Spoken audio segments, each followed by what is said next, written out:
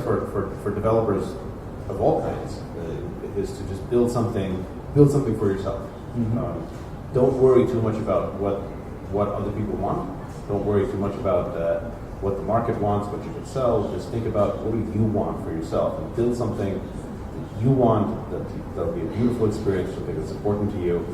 Because the way the world is set up right now, with app stores and smartphones and social media, if you build something that you want for yourself, there's a very good chance that there's going to be another billion people in the world that also want it, and they'll find out about it, and we'll help you promote it, and you'll be able to get there.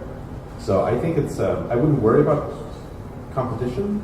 I wouldn't worry about who else is doing something. I would just say, pick an idea that you love, that works for you.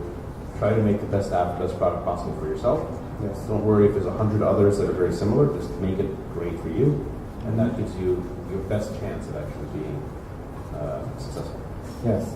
Oh, I suddenly remembered when in your podcast you told us there are a lot of competition. I forgot about my podcast. By the way, will you continue to do that again? I hope so. We haven't done it in several months, I don't think. Yes. But yeah, that was actually a lot of fun. It's quite fun. Yeah, we should definitely try. I will talk to Andrew and Dave, and we'll try to do the podcast. That's a great news. Has anyone here actually heard the Evernote podcast? 大家有听过吗？那个 Evernote 的这个播客。Okay, great marketing. Thank you， 可以听一下，挺好玩的。那个也讲到火腿了。I've listened to some podcast, and you said Evernote at the beginning there are a lot of competition. Every computer, every cell phone has a notebook. But that doesn't matter. Yeah. Okay. Of course, our time is really limited, but we can leave some deep chat later. And now I really can I just collect some questions from social network. There are hundreds of them, and we just pick up some and let's share with you. And somebody said, "Phil, I love you." Okay. I just read it.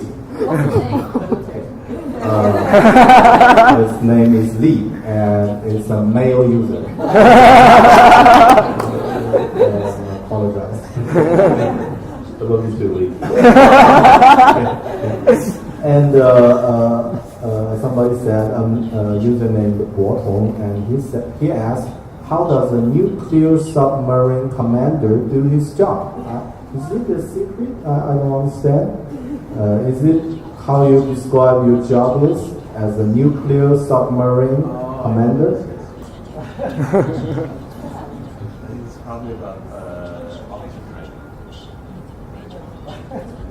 Yeah, I think so. That's a weird question. Really weird. I don't know. I've never been a nuclear submarine commander. But probably the question is referring to something that I said once. A friend of mine was an officer in a nuclear submarine, and he told me that to become an officer in a nuclear submarine, you have to know how to do every job in the submarine. So you're tested constantly that you know how to do every position.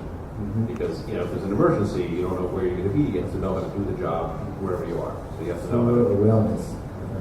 Yeah, so you just have to be able to do every job. And so we use that as an idea to make we call it Evernote Officer Training, where we wanted everyone in the company to know how to do every job.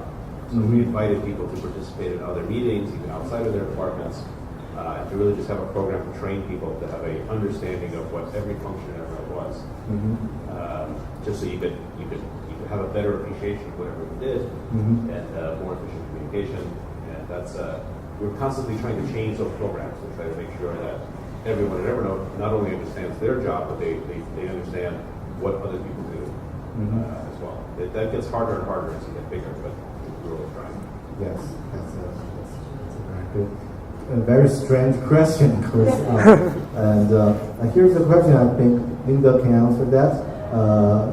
Somebody asked, how can I join Evernote? Well, if you just want to be a user, all you have to do is sign up. But no, for joining as an employee, it's actually quite funny. A lot of the people who join Evernote as employees, especially overseas, when outside of the U.S., but even inside the U.S. as well, approach us at different events because they're just passionate about the product. So most of the people who joined Evernote were users who just got really, really excited about contributing to the company and contributing to the product and contributing to our customer experience. And when I think back on all the hires that we've made around the world, probably at least internationally, but probably within the U.S. as well, I would say 80% of them came from somebody who approached us because they really, really loved the product and they really wanted to be a part of the company. And came to us at events like this and other events and just said, I really love what you're doing. If there's ever something I can do with Evernote, let me know. And that's something that we're always looking for, is that kind of passion and that kind of understanding for the customer experience. And we are growing fast enough that we always need great people. So sometimes it works out, and some of our strongest people have come from that situation. I mean, Amy was talking about hearing Phil speak at an event and learning more about the company that way. I think that's a big part of how it happens. We are hiring people. I think we have 11 offices now, and we're hiring people everywhere. And if you go to our website, and there's a job section, and you can see all of the current openings. And even if there's nothing listed for what you're looking for, you're always welcome to send in an application, send in a resume, and but the thing that we look for is Linda said, we really want people who know and love and understand Evernote, that think they can make a difference and make the product better.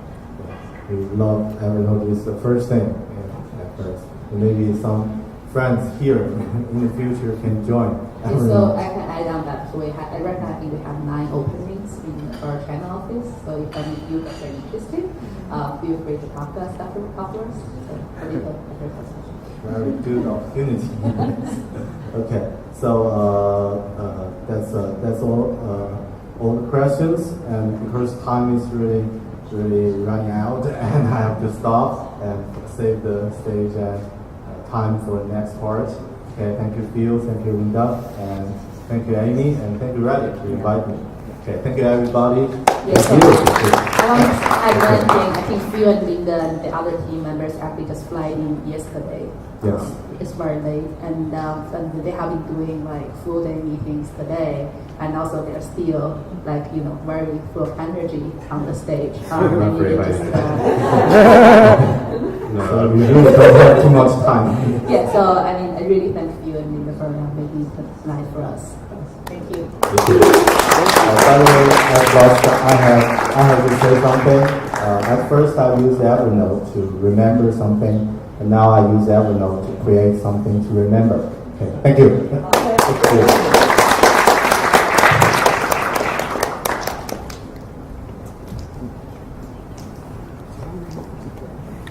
好，谢谢狗熊，谢谢 Phil、Linda and Amy。然后呢，刚才的环节呢，大家比较深入的了解了 Evernote 的文化 ，Evernote 这位大佬背后的故事。那么今天其实是我们中国去 market 在这边 launch